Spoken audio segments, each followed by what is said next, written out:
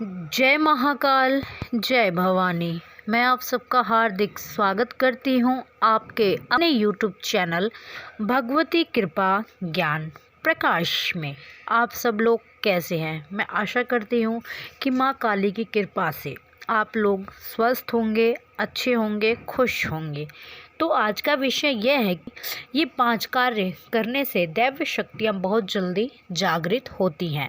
आज की इस वीडियो में मैं आपको उन 5 कार्यों के बारे में बताऊंगी जिसको अगर आप अपने जीवन काल में करते हैं, अपनाते हैं, तो जो दैवी शक्तियां हैं वह बहुत जल्दी आपके ऊपर कृपा करती हैं और बहुत जल्दी जागृत होती हैं। देखिए, जो लोग साधक दैवी कृपा प्राप्त करना चाहते हैं वह आध्यात्मिक मार्ग में चलते हैं और अक्सर सबकी ख्वाहिश यही होती है कि जब वो आध्यात्मिक मार्ग में चलते हैं तो उन्हें उनके इष्ट देव की, उनके भगवान की कृपा प्राप्त हो, उनकी शक्तियाँ प्राप्त हो।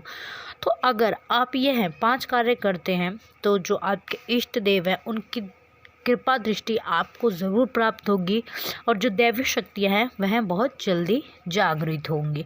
देखिए, आपकी की हुई पूजा से प्रसन्न होकर शक्तियाँ आपके पास आती हैं, आपको संकेत देती हैं।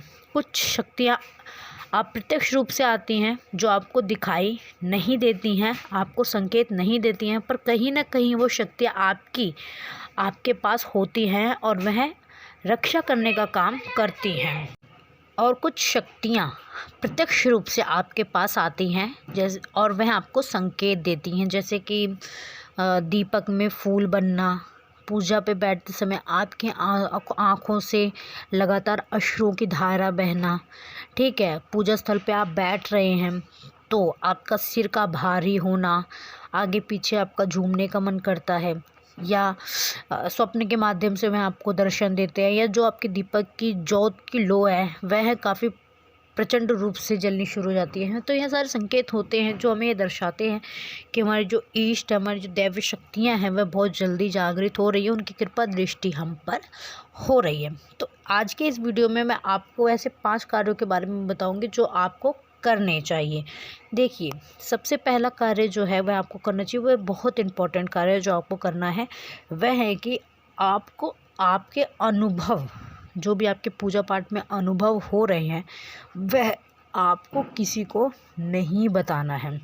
अपनी पूजा पाठ साधना में उन अनुभवों को केवल आप अपने गुरु के अलावा किसी को ना बताएं। अपने गुरु को बता सकते हैं, उनके अलावा और किसी को ना बताएं। देखिए, जब आप शुरुआत में पूजा पाठ करना शुरू करते हैं, किसी मंत्र का जाप करना शुरू करते हैं, तो उस पूजा पाठ से प्रभावित होकर वह शक्ति आपके पास आती है। आपको स्वप्न के माध्यम से दर्शन होते हैं, कई बार भविष्य में घटने वाली घटनाओं के वह आपको बोध कराते हैं।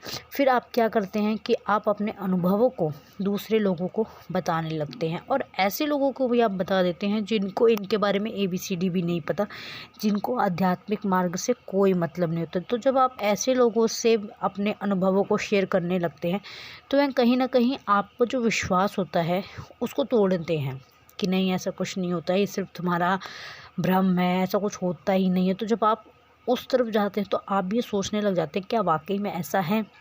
फिर आपके अंदर वो भाव नहीं रह जाते जिस भाव से आप पहले पूजा कर रहे थे, और जिस भाव से आप पहले पूजा कर रहे थे उन्हीं भावों से प्रसन्न होकर जो शक्तियाँ हैं वह आपको संकेत दे रही थी। और जब वह भाव ही नहीं रहेंगे तो शक्तियाँ आपको संकेत कैसे देंगी। इसलिए आपको, अगर आपकी पूजा में छोटे मोटे अनुभव भी हो रहे हैं तो वह भी आप किसी को ना बताएं। जैसे कि अगर आपके दीपक में फूल भी बन रहा है वह भी किसी के साथ शेयर ना करें। आपको स्वप्न के माध्यम से आपके देवी देवताओं के दर्शन हो रहे हैं वह भी आप किसी से शेयर ना करें। मतलब आपके पूजा पाठ में आपको जो भी अनुभव हो रहे हैं वह आप अपने गुरु के अलावा किसी से भी शेयर ना करें। अगला जो चीज़ है जो आपको करनी है, जो कार्य आपको करना है, वह है कि आपको अपना आसन, जिस आसन पे बैठ के आप अपना पूजा पाठ, मंत्र जप, साधना या चालीसा कर रहे हैं, उस आसन को, उस माला को किसी के भी साथ शेयर ना करें, क्योंकि यह जागृत हो जाती है। जब आप धीरे धीरे करते करते काफ़ी समय और महीने साल बीत जाते हैं तो वो आसन, वो माला जो है वह जागृत हो जाती है। और जब आप ये किसी और को शेयर करने के लिए देते हैं, देखिए हर एक की बॉडी का अलग अलग जो है एनर्जी लेवल होता है, ठीक है।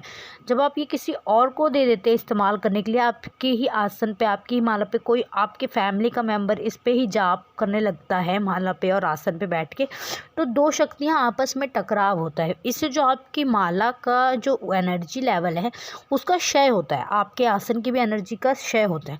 इसलिए आपको अपनी माला और आपको अपना आसन किसी भी दूसरे व्यक्ति के साथ शेयर नहीं करना चाहिए। तीसरा कार्य जो आपको करना है वह है कि आपको नियम भंग नहीं करने हैं। जो नियम आपने बना रखे हैं, ठीक है, इस नियम का आपको पालन अवश्य करना है। देखिए, सबसे पहले तो आप खुद को किसी ऐसे कड़े नियमों में मत बांधे जिसका पालन आप सिर्फ 2 दिन कर सके, उसके बाद नहीं, ठीक है।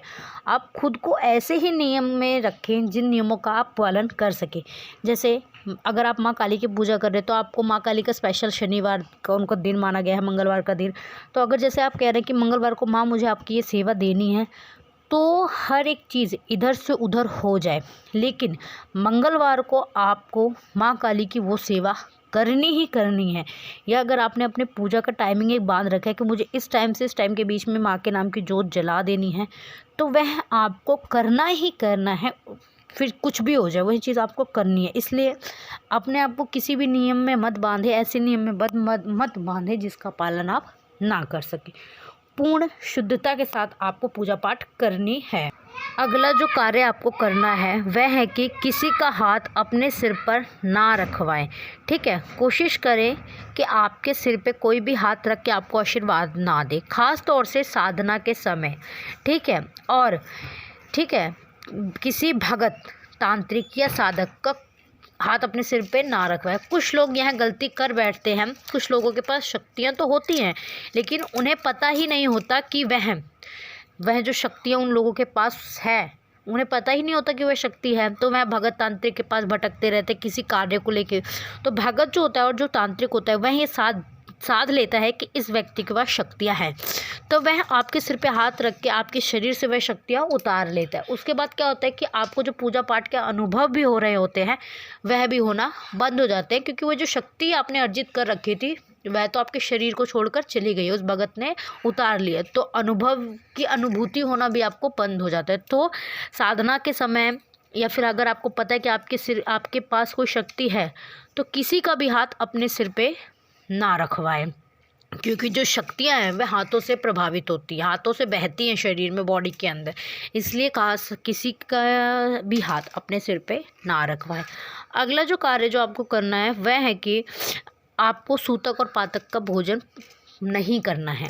जैसे मरनी, जिसके घर में मृत्यु हो जाती है उसके घर का भोजन आपको नहीं करना है, या फिर जिसके घर में बच्चा होता है उसके घर का भी भोजन आपको नहीं करना है। तो अगर आप इन 5 चीज़ों का ध्यान रखते हैं और अपनी पूजा पाठ को कंटिन्यू रखते हैं, तो जो दैवीय शक्तियाँ हैं वो बहुत जल्दी जागृत होती हैं और आपको इस फील्ड में काफ़ी आगे तक लेके जाती हैं। उनकी कृपा दृष्टि भी आपको देखने को मिलेगी अगर आप यह 5 कार्य को अपनाते हैं, करते हैं। तो मैं आशा करती हूँ कि आपको मेरे द्वारा दी गई हुई यह जानकारी पसंद आई होगी। चैनल पर पहली बार है तो चैनल को सब्सक्राइब करें, बेल आइकन को प्रेस करना ना भूलें, कमेंट में जय माँ काली अवश्य लिखें, ठीक है। और मैं बाबा भोलेनाथ और माँ भवानी से आप सबके लिए प्रार्थना करती हूँ कि उनकी कृपा दृष्टि आप सब पर सदैव बनी रहे, आप सब लोग खुश रहें, खुशहाल रहें, आपके घर में धन धान्य की बरकत हो। माँ काली की कृपा से आप लोग हर एक बुरी बला से, हर एक बुरी नज़र से बच के रहें। धन्यवाद। जय महाकाल, जय भवानी।